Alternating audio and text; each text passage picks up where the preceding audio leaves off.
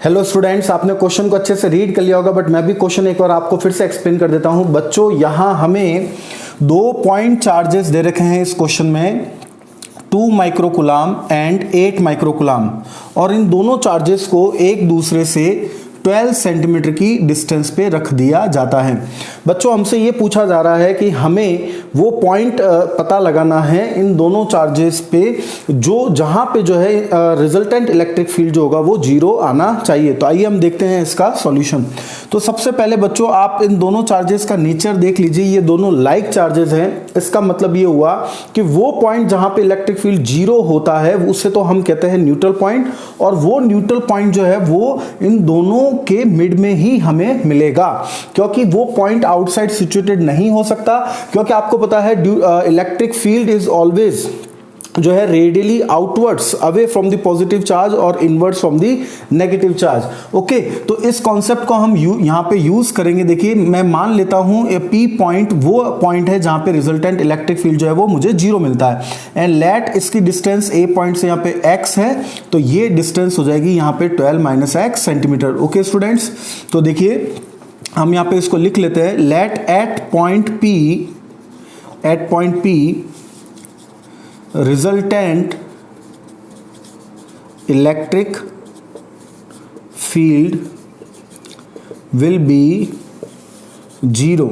Okay, तो अब देखिए रिजल्टेंट इलेक्ट्रिक फील्ड यहाँ पे 0 कैसे हो रहा है बच्चों। देखिए 2 माइक्रोकुलाम चार्ज के कारण इलेक्ट्रिक फील्ड जो होगा अवे फ्रॉम इट्स होगा, इसको हम E1 से डिनोट कर देते हैं, और 8 माइक्रोकुलाम के कारण भी जो होगा वो अवे फ्रॉम दिस चार्ज होगा।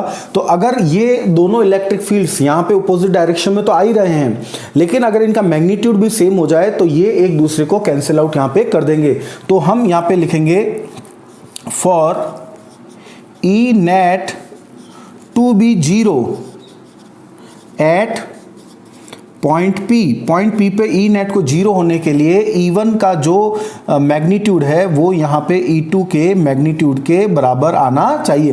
तो E1 का मैग्नीट्यूड क्या होगा बच्चों, यू नो कि electric field due two point charge का फॉर्मूला होता है KQ/R², तो उसको हम यहाँ पे यूज करेंगे। तो E1 जो होगा वो 2 माइक्रोकुलाम के कारण है, तो वो हम यहाँ पे लिख सकते हैं 2/x², और यहाँ पे E2 जो होगा वो 8 माइक्रोकुलाम के कारण होगा, तो हमने लिख दिया K 8/12 माइनस x का होल स्क्वायर। बच्चों, यहां पे आपको माइक्रोकुलाम को जो है कन्वर्ट करने की जरूरत नहीं है, अगर ये दोनों सेम यूनिट्स में हैं तो वो ऑटोमेटिकली यहां पे कैंसिल हो जाएंगे।